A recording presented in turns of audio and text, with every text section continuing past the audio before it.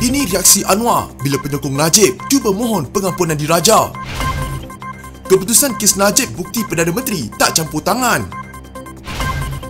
Gempa, ini keadaan terkini Najib di mahkamah setelah dipenjarakan. Tun M dedah, Najib bakal mendapat pengampunan diraja.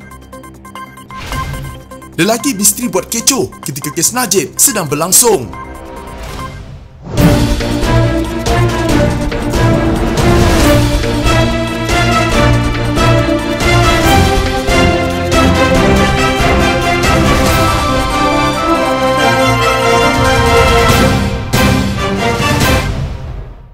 Dia gini, itu hak masing-masing. Tetapi baca dulu kehakiman. Yang dia marah sangat dengan Hakim Nazlan, baca keputusan dia. Pihak yang memohon Najib Razak diberi pengampunan diraja perlu terlebih dahulu membaca keputusan hakim yang mengendalikan kes rasuah SRC International bekas Perdana Menteri itu, kata Ketua Pembangkang Anwar Ibrahim. Anwar berkata, keputusan kedua Mahkamah Tinggi untuk menyabitkan Najib serta Mahkamah Persekutuan yang mengekal sabitan itu menunjukkan ia kes rasuah yang jelas. Itu hak masing-masing, tetapi baca dulu penghakiman. Yang marah sangat dekat Hakim Muhammad Nazlan Muhammad Ghazali, baca keputusannya. Baca seperti mana yang disebut dalam penghakiman Ketua Hakim Negara Tengku Maimun Tuan Mat. Kes terlalu terang. Baca dulu berapa juta diambil, masuk akaun mana, beli-belian mana. Baik kita baca dan tahu. Selepas itu, kita tak akanlah pertahankan Najib, katanya kepada pemberita selepas menghadiri satu seminar ekonomi di Subang Jaya, Selangor. Anwar berkata demikian ketika mengulas sekumpulan penyokong Najib yang ke Istana Negara semalam untuk menyerahkan memorandum memohon pengampunan diraja diberikan kepada Najib. Dia juga mengingatkan Najib masih ada kes lebih besar berkaitan 1MDB yang sedang dibicarakan di mahkamah. Jadi tunggulah, katanya lagi. Anwar sendiri menerima pengampunan diraja pada Mei 2018 selepas Pakatan Harapan menjadi kerajaan persekutuan. Ketika itu, dia telah menjalani hukuman penjara selama 3 tahun berkaitan sabitan kes liwat. Dikekal menyatakan pendakwaan itu bermotifkan politik. Hari ini Presiden PKR itu turut membangkitkan laporan Global Financial Integrity yang mendakwa ratusan juta ringgit telah diselewengkan dari negara ini seperti yang didedahkan dalam Panama Papers dan Pandora Papers. Katanya perkara itu mesti disiasat agar pihak yang rasuah tidak merasakan mereka telah selamat hanya kerana Najib sudah dipenjara. Kita tengok reaksi terhadap hukuman ke atas Najib. Saya tengok pemimpin yang rasuah besar juga ada kata bagus. Saya rasa aneh juga, rasuah tak boleh dilihat khusus kepada seorang sahaja. Ini soal mahkamah, tetapi yang lain juga patut disiasat. Saya ingatkan perasuah-perasuah besar ini, jangan ingat mereka boleh selamat begitu saja. Cakap seolah-olah tiada apa-apa berlaku, katanya lagi. Keputusan kes SRC International Sdn Bhd yang tidak memihak kepada Najib Razak membuktikan tiada campur tangan Perdana Menteri Ismail Sabri Yaakob dalam bidang kehakiman, kata MIC. Kita semua tahu bekas Perdana Menteri telah dimasukkan ke penjara. Pakatan Harapan mendakwa ia merupakan pencapaian mereka. Sebenarnya kes ini bukti Perdana Menteri dan Barisan Nasional tidak campur tangan urusan mahkamah, kata Presiden MIC SA Vigneswaran. Delegasi MIC di Konvensyen MIC Wilayah Persekutuan ke-74, 75 dan 76 di Kuala Lumpur. Pada 23 Ogos, Mahkamah Persekutuan mengekalkan sabitan dan hukuman terhadap Najib dalam kes rasuah melibatkan SRC International Sdn Bhd melibatkan dana 42 juta ringgit. Ahli Parlimen Pekan dihukum penjara 12 tahun bermula kemarin dan perlu membayar denda 210 juta ringgit. Vigneswaran juga berkata, kekalahan Najib bukanlah satu pencapaian Pakatan Harapan. Satu-satunya pencapaian Pakatan Harapan adalah menutup kes Banglo Lim Guan Eng, sementara pencapaian kita adalah memperkuatkan sistem parlimen, katanya. Pada September 2018, Mahkamah Tinggi Pulau Pinang membebaskan Lim daripada 2 pertuduhan rasuah selepas Peguam Negara menerima hujah balas peguam.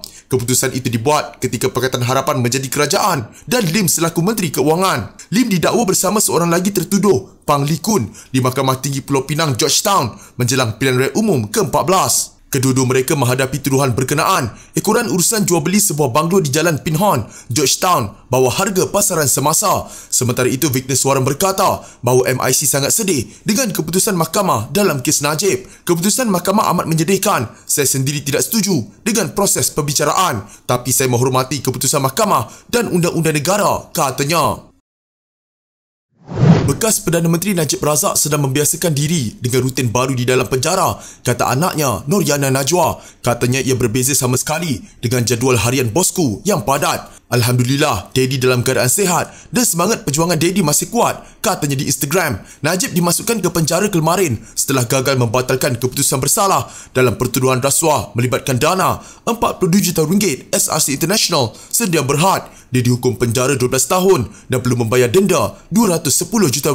Mengulas lanjut perkembangan Najib, Noriana berkongsi rasa kejauhan dengan bapanya buat pertama kali. Esok Khamis keluarga dapat bertemu. Daddy akan ke mahkamah untuk pembicaraan kes 1MDB. Yana rasa ini kali pertama kami menanti kehadiran Daddy di mahkamah kerana saya dan keluarga dapat meninjau keadaan Daddy walaupun dari jauh, kongsinya. Selain itu, Noriana turut menitipkan ucapan jutaan terima kasih kepada kaki tangan di penjara Kajang kerana keprihatinan mereka terhadap bapanya. Terima kasih kami ucapkan kepada pegawai dan pengawal di penjara Kajang kerana ambil berat keadaan Daddy. Kami sangat hargai keprihatinan mereka, tulisnya. Najib muncul kali pertama sejak dipenjarakan hari ini di Mahkamah Tinggi untuk dibicarakan berkaitan kes penyelewengan RM2.28 bilion daripada dana pelaburan negara 1MDB. Bekas Perdana Menteri itu menaiki kenderaan utility sukan SUV berwarna hitam awal pagi ini dengan diiringi pihak polis dan jabatan penjara.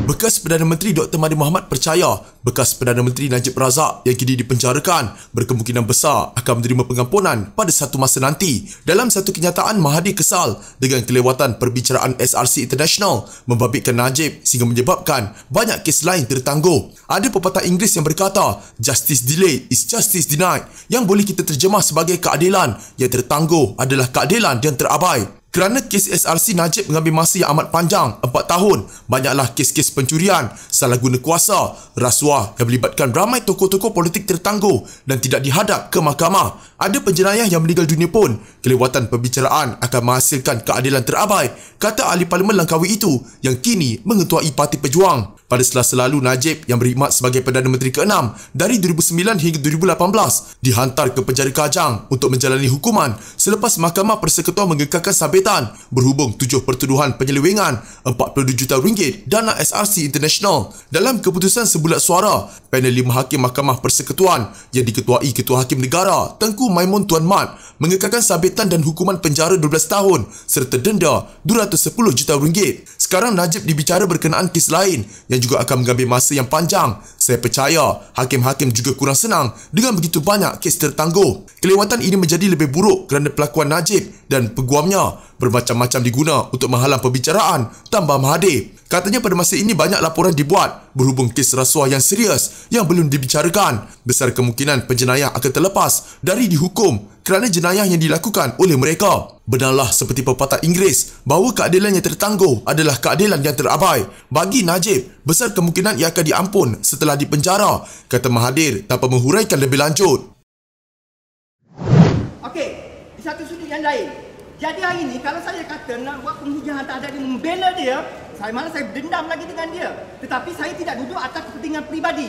Saya duduk atas sebagai seorang warga negara yang memahami perlembagaan terhadap undang-undang. Kita kena tanya siapa Datuk Seri Najib? Seorang bekas Perdana Menteri. Apa maksud bekas? Seorang lelaki misteri muncul di Kompleks Mahkamah Kuala Lumpur tengah hari tadi ketika kes melibatkan Perdana Menteri Datuk Seri Najib Razak berlangsung di Mahkamah Tinggi. Lelaki tersebut yang memakai kod berwarna hitam berkotak-kotak pada mulanya menimbulkan kekecohan di lobi Mahkamah Tinggi yang terletak di tingkat 4. Dia kemudiannya telah dihalau oleh penyokong Najib dari kawasan berkenaan kerana bimbang tindakan lelaki itu akan memberi gambaran buruk terhadap Najib dan juga kepada penyokong bekas Perdana Menteri itu. Lelaki berkenaan kemudiannya turun dan keluar dari kompleks mahkamah dan mula membuat bising di pekarangan bangunan tersebut. Dia tidak langsung menghiraukan kehadiran anggota polis yang bertugas mengawal keadaan dan bercakap dengan suara yang tinggi dan kuat ke arah media yang sedang membuat liputan kes Najib. Tidak sampai 5 minit dia membuat kekecohan. Lelaki itu kemudiannya dibawa pergi oleh anggota polis yang bertugas. Sementara itu, seorang penyokong Najib, Datuk Seri Syed Nazar Abu Bakar, menafikan lelaki berkenaan mempunyai sebarang kaitan dengan bosku. Kita tidak kenal dia. Sepanjang kami mengikuti kes Datuk Seri Najib selama 4 tahun, ini kali pertama lelaki itu muncul. Kita tidak tahu apa motif lelaki itu berbuat kecoh di sini. Dia buat bising di atas. Sebab itu kita suruh dia turun ke sini. Kita tidak pasti dia waras atau tidak, atau dia diupah oleh sesiapa. Kita tidak mahu disebabkan lelaki ini, penyokong bosku, akan dipandang serong. Jangan salah anggap. kata Syed Nazar yang lengkap bersongkok tinggi. Najib hadir di Mahkamah Tinggi bagi pembicaraan kes penyelewengan dana One Malaysia Development Berhad (1MDB) berjumlah 2.28 bilion ringgit. Beliau berdepan 4 tuduhan menggunakan kedudukannya untuk mendapatkan suapan berjumlah 2.3 bilion ringgit daripada dana 1MDB dan 21 pertuduhan pengubahan wang haram membabitkan jumlah sama.